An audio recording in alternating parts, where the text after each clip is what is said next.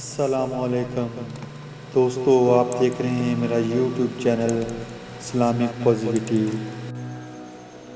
امام ابو حنیفہ رحمۃ اللہ علیہ کے کو 5 لاکھ احادیث یاد تھیں۔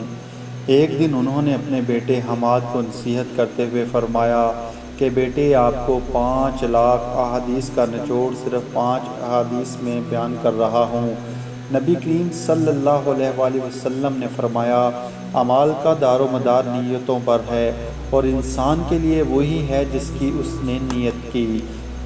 دوسرے نمبر پر انہوں نے فرمایا، انسان کے سلام کی خوبی یہ ہے لا یعنی فضول چیزوں کو ترک کر دے۔ نبی کریم صلی اللہ علیہ وآلہ وسلم نے فرمایا، تم مومن نہیں ہو سکتے جب تک تم اپنے مسلمان بھائی کے لیے وہ چیز پسند نہ کرو جو اپنے لیے کرتے ہو۔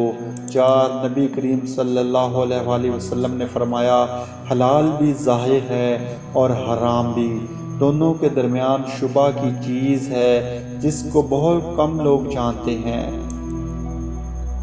سو جو شخص شبہات سے بچا اس نے دین کو محفوظ کر لیا، اور جو شخص شبہات میں پڑ گیا وہ حرام میں پڑ جائے گا۔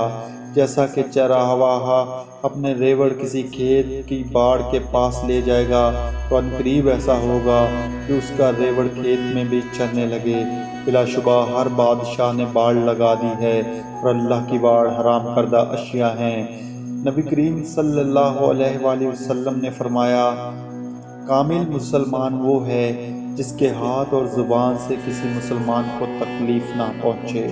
یہ 5 احادیث سنانے کے بعد فرماتے ہیں، بیٹا، جب 5 احادیث کو آئینے کی طرح رکھنا اور اپنے اعمال ان 5 احادیث پر محاسبہ کرتے رہنا۔